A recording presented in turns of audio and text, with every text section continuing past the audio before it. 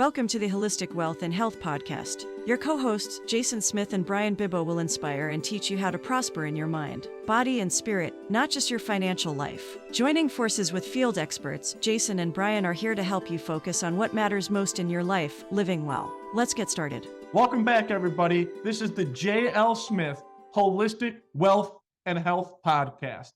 I'm very, very excited today to have Dr. Kevin Elko on the podcast, a best-selling author of the books Believing is Seeing, The Sender. He's a true luminary in the field of motivation and peak performance. This man has such a passion for life. I know you're going to hear it and see it today. He's the champion of human potential. So let's open our hearts and minds to the profound insights and invaluable wisdom Dr. Elko is going to share with us today. Appreciate you being a part of this.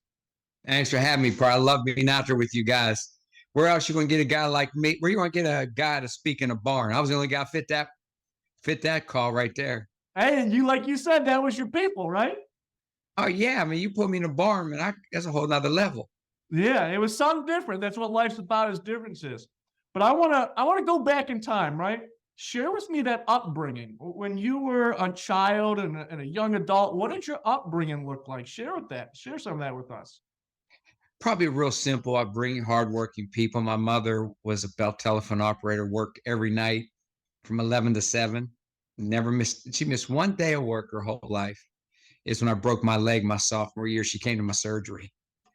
And my dad worked on the railroad, just real simple people, really just one generation away from being immigrants from Russia.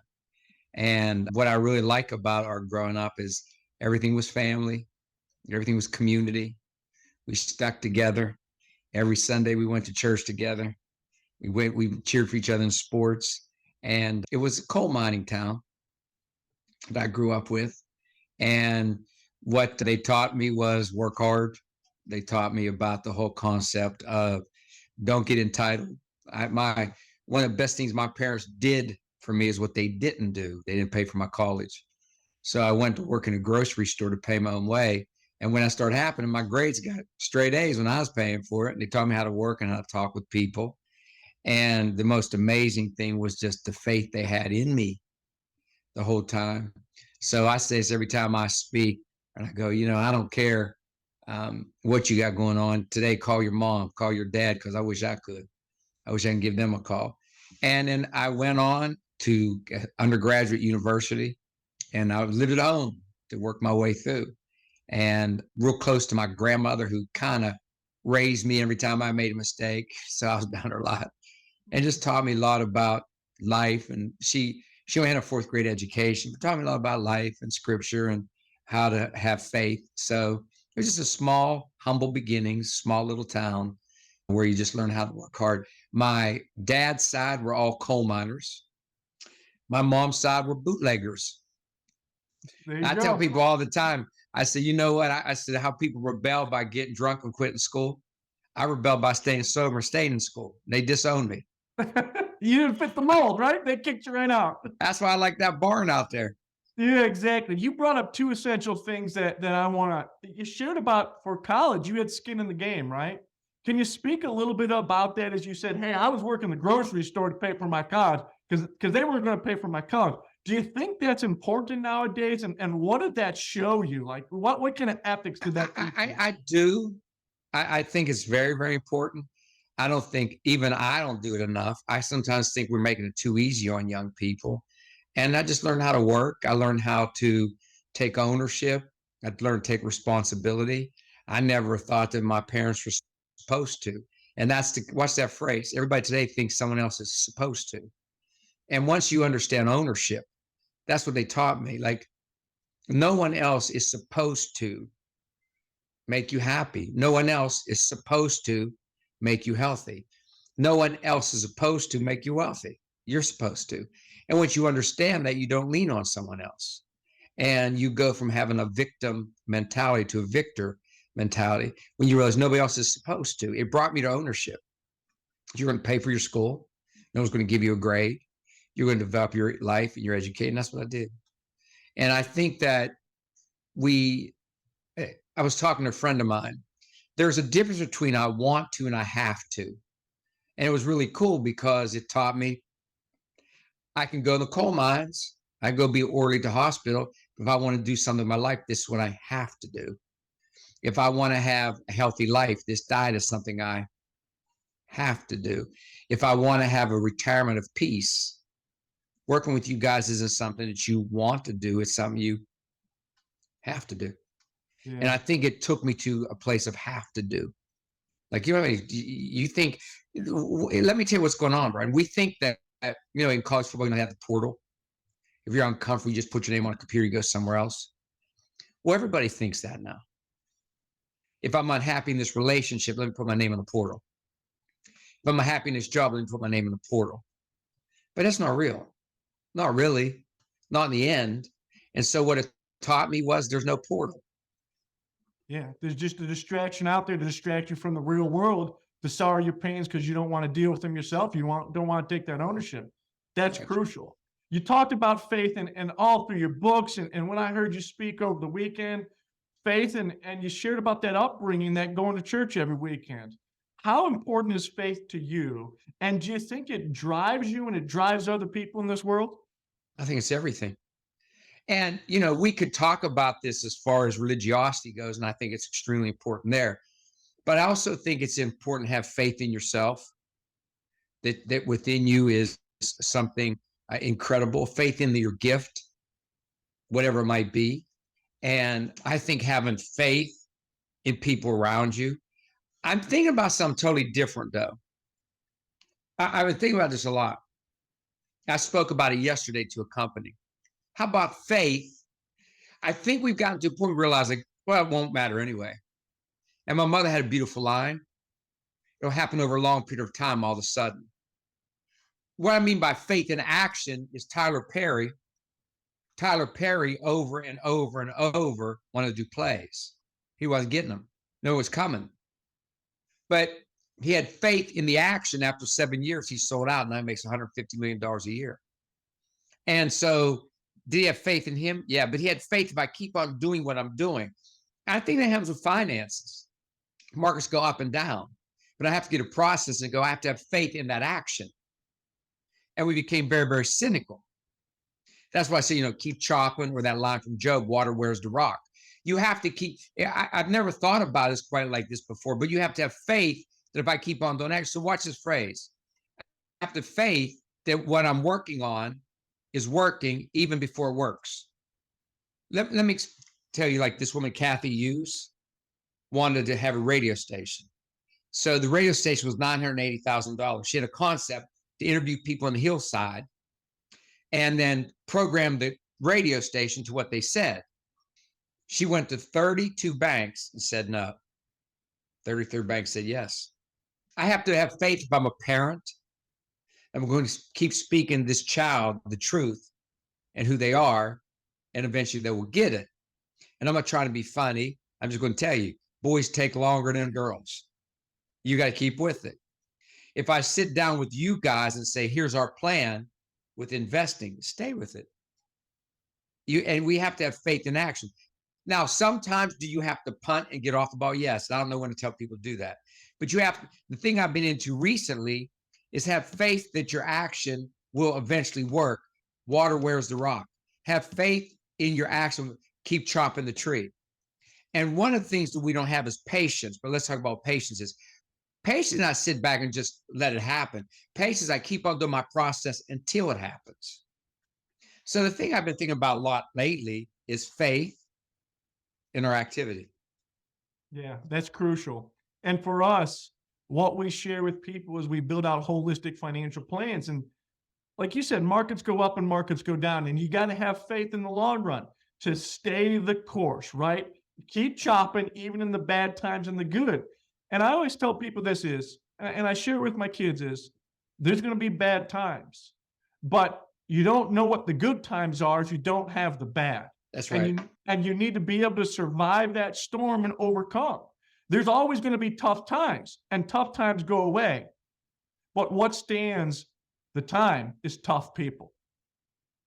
Yeah, I like this thing someone said to me. I have a phrase I use. I didn't use when I was out there with you, but I have a phrase, this didn't happen to me, that happened for me. So I had a heart problem with my heart.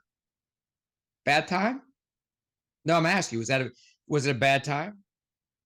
Depends how you look at it, right? There's the Could be point. learning. Yeah. So there's a point. So when they were asking me, it was a success. A magazine works on success. They go, well, how do you get through diversity? I said, actually, I don't believe in it. They go, what? I go, I don't believe in it. I go, look, I think we lose people we love. I think we get diseases, but for the most part, everything has something to teach me. So when they said, what do you think about adversity? I said, I kind of don't believe in it. I believe that, like, when I went through my heart, it happened for me, changed my diet, changed my way I reintroduced myself to gratitude, changed my exercise. So was it a hard time? No, it changed me. Thomas Edison. So what's this? Thomas Edison's factory burnt down. Greatest inventor of our time. Hard time? Burnt down to the ground. Lost $20 million. Hard time? He says to his son, go get your mother. She'll never see a fire like this again. Then she comes and she's crying. He goes, think about all the mistakes we're getting rid of. Hard time? Because the way he reacted, there's two events. What happened, how he reacted. He lost 20 million that day. He made 240 million the next year. And they say it's because of how he reacted. Now, don't get me wrong.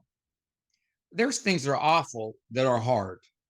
Losing someone we love, illness of a child. But a lot of stuff we're calling hard times is because we placed a judgment on it. We'll place a different one. That somehow this is supposed to bless me. So did I think the day they carried me out in the ambulance that day was blessing me? No, not that, not then. Not when they put nitro under my tongue. Right. But it did. It changed everything. Changed everything.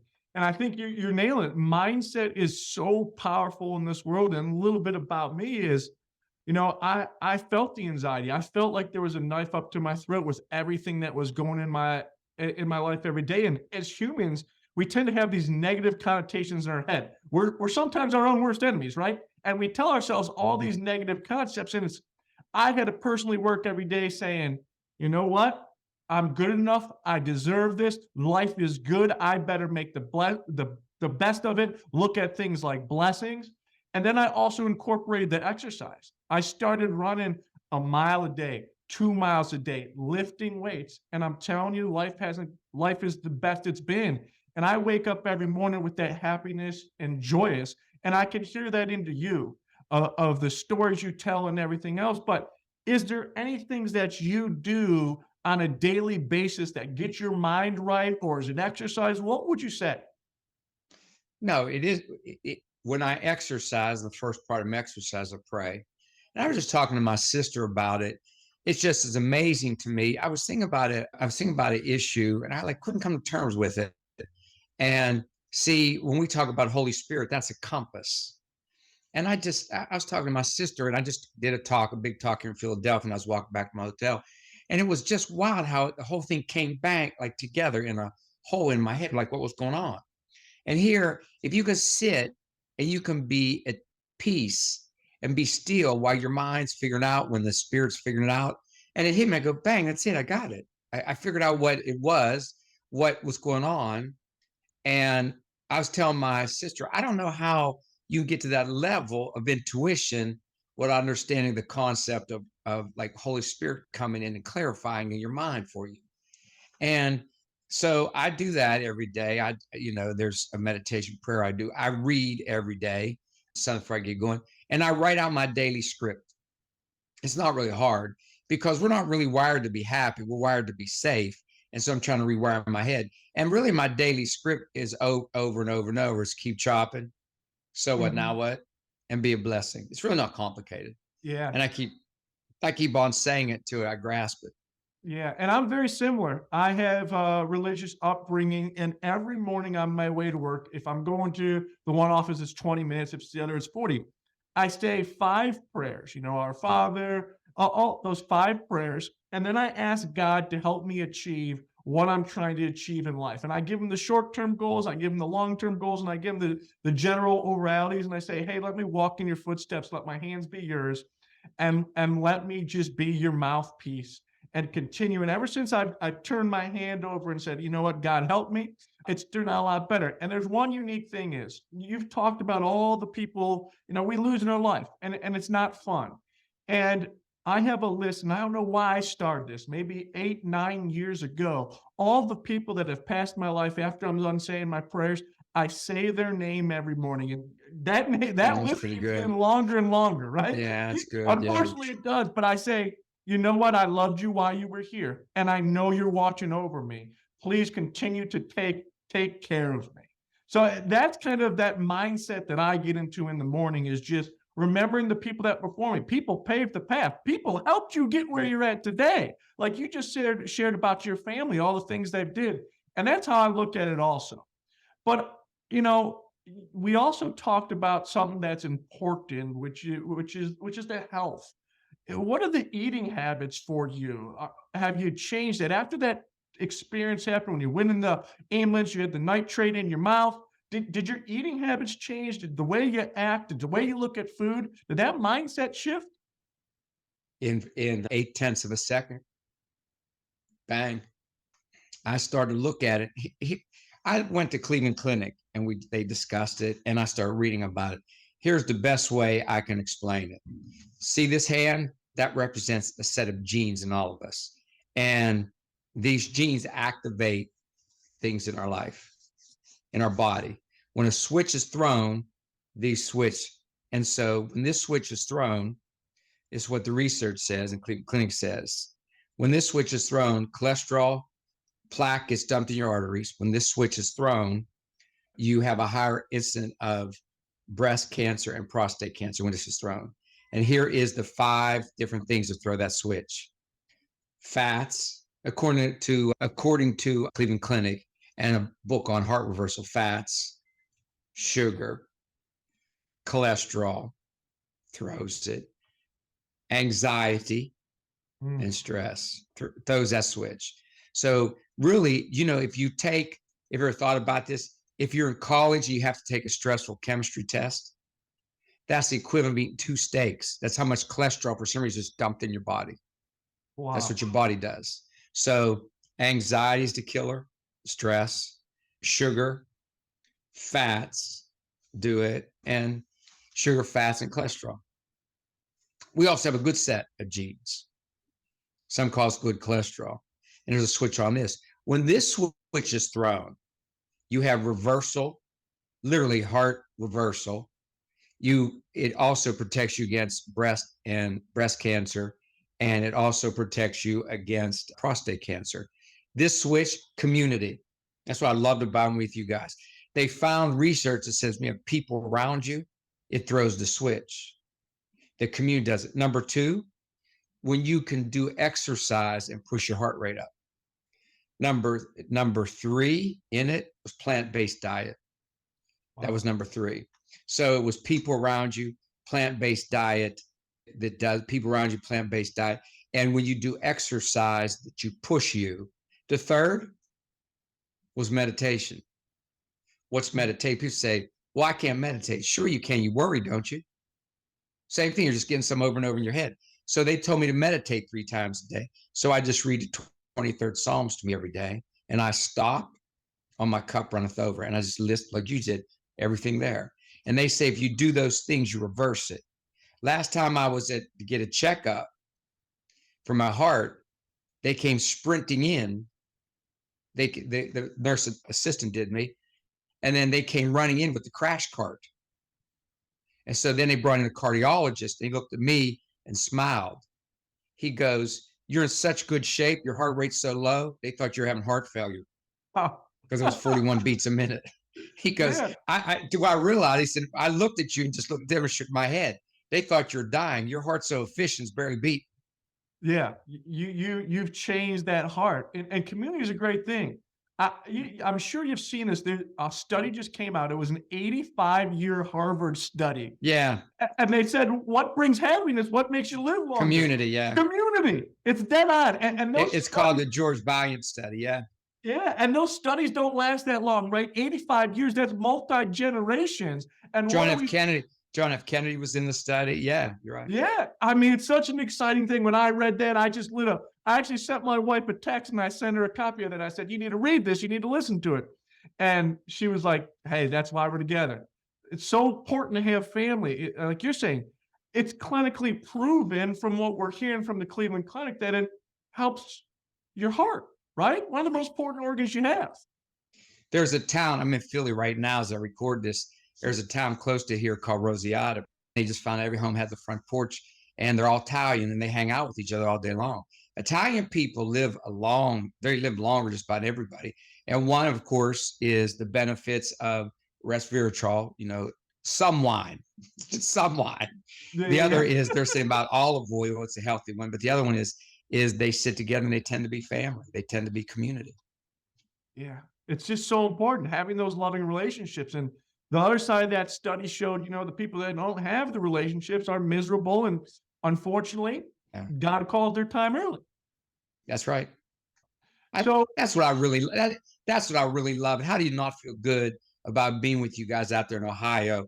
And more than anything else, I felt like that barn was sort of a front porch. I mean, I say barn, I wouldn't quite call that thing a barn, but that's more like, the community center. But that, a fancy community center, pinkies up. But there's what you really do want in life. I need me to hear this more than anybody is close friends that you have community with.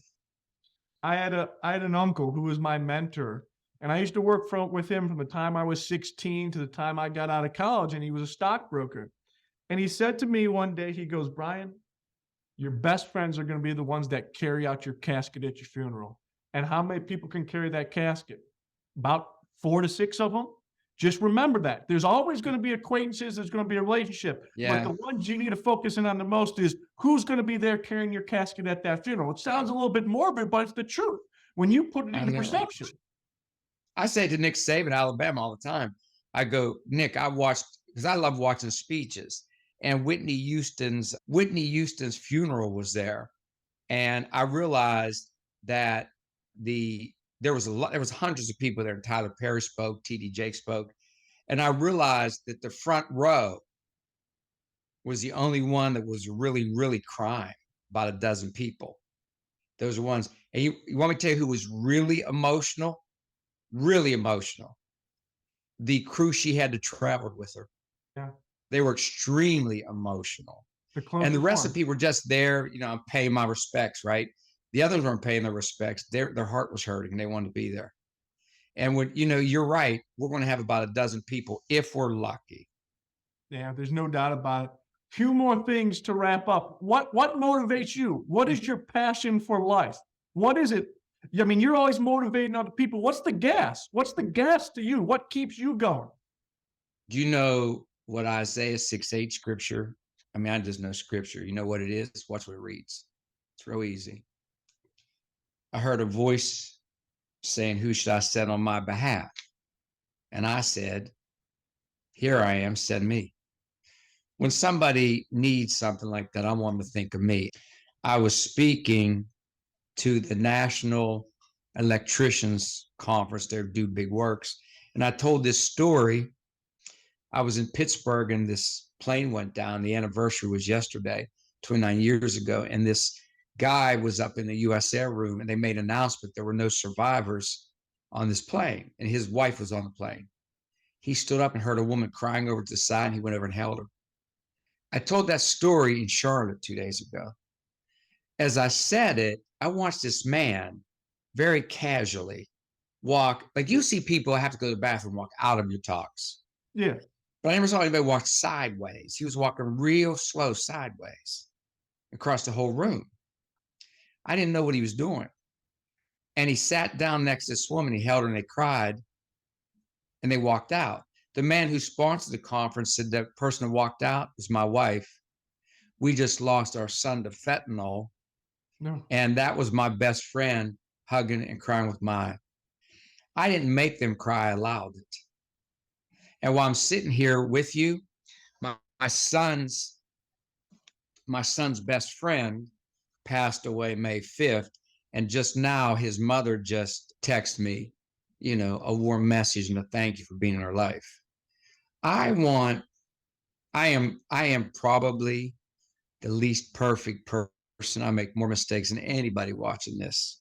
And all I can say is I'm not where I want to be. I'm not where I used to be. I'm so much better.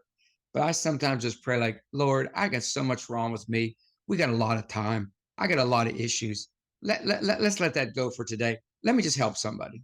Let me just bless somebody. Let me just lift somebody up. And back to your study, then how does it not come back to you? So when I set out, how can I, how can I bring light into whatever room I'm in today? That's all. Yeah. No, I can't agree with you more. A summer ago, I was in Hawaii with my wife. They had a tropical storm off the south side of Hawaii. You look online, these waves are going over 2-story condominiums. My kids and I took a picture in front of a wave. They got pushed out the beach on the wave. Then the wave sucked them back. And as a father, I had to make an instant reaction. I jumped on them and I bear hugged both these kids. And then I was in the turnstile of the rip current underneath that. And that wave went away. I looked at my wife. She was taking a picture of herself. I said, you got to come in here and help us. She runs in. We're all in there. I get my kid out, my son, because he's lighter. I said, you run up the beach. You don't look back. I looked back at my wife. She was still in there struggling with my daughter. I ran in there. And then it was a Hawaiian native. I was in Maui. This Hawaiian native came up and helped me get them out. Afterwards, I looked at that Hawaiian native, that man. I said to him, I can't thank you enough. He looks at me, doesn't say one word, and walks away. And I look at it as I go, this was it. This was everything I've worked for. All the good karma I've put in the universe has come back to me today, that I don't lose my family here. And as a father, you look back at that and you think, what else could I have done? And that troubled my mind for days and weeks afterwards. But then I had peace with it. After meditating, think about it, it's like everyone survived. In that instinct, when those kids were getting sucked out back into the ocean in these huge waves, I just jumped on them and I just, the fatherly instinct kicked in. And it's that, exactly what you said. It's like everything does come back to you. What you put in this world comes back to you. It's all about that. And if people can realize that, there's so many scammers out there doing bad things. It's like, if us as a human race put that positivity forward, how many more mountains can we climb? You're right. And I have a new phrase I'm using in light of that story, the beauty of an ordinary day. That's my new favorite phrase. Like, my kids didn't get hurt today. My kids are wonderful today. I didn't take an ambulance ride today. This is a beautiful, ordinary day. Yeah. And sometimes those beautiful, ordinary days, the status quo is the good thing a lot of the times, right? You still have that community, you still have that family. Now, this has been very powerful, and I appreciate you, but I always ask everyone that is on this podcast one last thing. What's your message to the world? What is your message? If there's one thing you want to share with the world, what is it? Don't look for blessings to come into your life. Go be a blessing in someone else's life. It's so powerful. And it will cover everything. Yeah. If you're hurting, that will cover it. If you have sorrow, that will cover it. If your day's boring, that will cover it. If you need meaning in your life, that will cover it. If you want to be happy. Yeah. Everyone, you heard it here first. Be a blessing. Be that blessing. And Dr. Elko, I can't thank you enough for being a part of this, coming out and speaking to some of our community, our clients, our staff, our families. That was so powerful. And you share with everyone that, anyone's potential is limitless. And these dreams are within our reach. We just got to have the right mindset, the right health, and determination, right? As you say, keep chopping, right? Keep chopping, baby. Hey, I appreciate you. If there's anything I could ever do for you, you let me know. Just bring me back to the barn, that's all. All right, we will. That's a deal. That is a deal. God bless you. Thanks. You're wonderful. Thank you. I appreciate you. Thank you. All righty, my friend. Bye. Thank you for listening to the Holistic Wealth and Health Podcast. We hope we inspired you to make changes so you can live your best life. If you want to find out more about what we do, or if you want to have a holistic wealth and health financial plan, please call 456-833-7000. Please subscribe to the podcast and share it widely with your friends and family. Financial planning and advisory services are offered through Prosperity Capital Advisors and SEC-registered investment advisor with its principal place of business in the state of Ohio. J.L. Smith Wealth and Tax Planning and PCA are separate, non-affiliated entities. PCA does not provide tax or legal advice. Insurance and tax services offered through Advisor DBA are not affiliated with PCA. Information received from this podcast should not be viewed as individual investment advice. Product discussions and illustrations are hypothetical in nature and will vary based on many factors including, but not limited to, age, health, product, insurance carrier, and product design. You should consult the insurance carrier website and policy for detailed information. For information pertaining to the registration status of PCA, please contact the firm or refer to the Investment Advisor Public Disclosure website. For additional information about PCA, including fees and services, send for our disclosure statement as set forth on Form ADV from PCA using the contact information herein. Please read the disclosure statement carefully before you invest or send money.